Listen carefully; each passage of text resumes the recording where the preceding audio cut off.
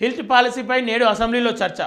శీతాకాల అసెంబ్లీ సమావేశంలో సోమవారం హైదరాబాద్ ఇండస్ట్రియల్ ల్యాండ్స్ హిల్ట్ పాలసీపై చర్చించనున్నారు. హైదరాబాద్ నగరంలో 50-60 ఏళ్ల నుంచి పారిశ్రామిక అవసరాల కోసం ప్రభుత్వాలు కేటాయించిన భూములు నగరం మధ్యలో ఉండగా కాలుష్యాన్ని తగ్గించడంలో భాగంగా ఈ పరిశ్రమలను ఓఆర్ఆర్ వెలుపలికి తరలించాలని ప్రభుత్వం నిర్ణయించింది.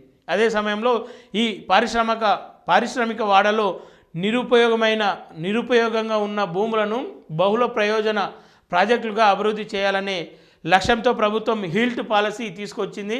దీని ప్రతిపక్షాలు తీవ్రంగా విమర్శించాయి. ఈ నేపథ్యంలో హిల్ట్ పాలసీపై అసెంబ్లీలో సమగ్రంగా చర్చించాలని ప్రభుత్వం నిర్ణయించింది. దీనివల్ల తెలంగాణకు చేకూరే ప్రయోజనాలను అసెంబ్లీ వేదికగా ప్రజలకు వివరించనుందని చెప్తా ఉన్నారు. ఈ మధ్యకాలంలో అనేక ప్రాజెక్టులను తరలించాలి, సిటీకి అవతల ఉంచాలి, దాంట్లో తప్పలేదు. అవి కాలుష్యం అని తెలిసి, వీటి వల్ల జలాలు నాశనం అవుతాయని తెలిసి, వీటి వల్ల భూగర్భ జలాలు ఖరాబ్ అవుతాయని చెప్పి తెలిసి కూడా కొన్ని కంపెనీలకు ఏదైతే కొన్ని వేరే కంట్రీ నుండి వచ్చినటువంటి కంపెనీలు ఆ కంట్రీయే వీటిని బ్యాన్ చేస్తూ ఉంది. ఎందుకంటే ఇక్కడ పొల్యూషన్, గాలి కాలుష్యం అవుతుంది, నీరు కాలుష్యం అవుతుంది, భూమి కాలుష్యం అవుతుంది అని చెప్పేసి ఇట్లాంటి కాలుష్యం వల్ల ఆ ప్రాంత ప్రజలకు కావచ్చు, ఆ ప్రాంత ప్రజలకు పుట్టబోయేటువంటి సంతానానికి కావచ్చు అనేక ఇబ్బందులు వస్తాయి శారీరకంగా అని చెప్పేసి ఆ ప్రాజెక్టులను చాలామంది పక్కన పెట్టే ప్రయత్నం చేస్తూ ఉన్నారు.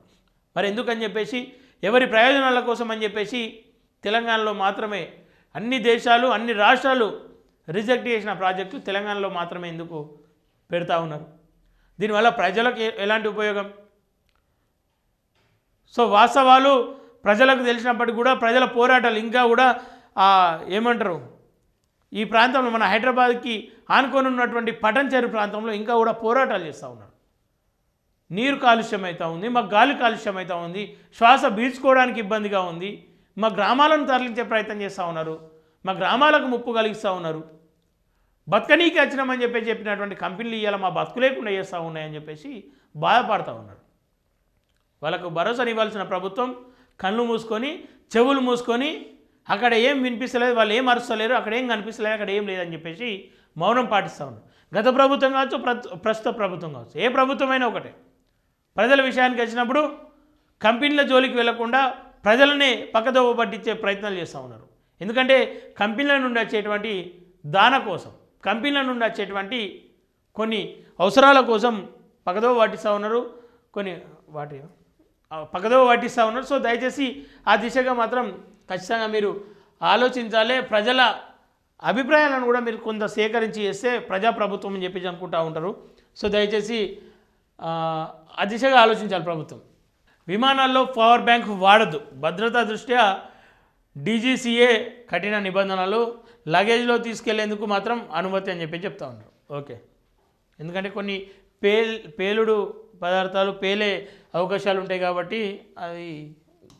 పారదీన ప్రభుత్వం, తెలంగాణకు మరణ శాసనం, పాలమూరుకు తలారి కాంగ్రెస్ అని చెప్పేసి ఇంతకుముందు చెప్పుకున్నట్టు బాబు ప్రయోజనాలే పరమావధి, మన ప్రాజెక్టులు జల సమాధి, రేవంత్ సర్కార్ తీరిదే అని చెప్పి చెప్తా ఉన్నారు.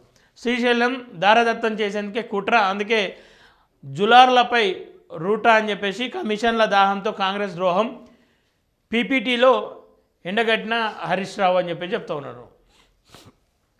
ఇప్పుడే చెప్పుకున్నాం ఆల్రెడీ, రేవంత్ రెడ్డి తప్పు చేస్తుండు, జలాలను గురువు కోసం దారదత్తం చేస్తుండు, వాస్తవం అనుకుందాం.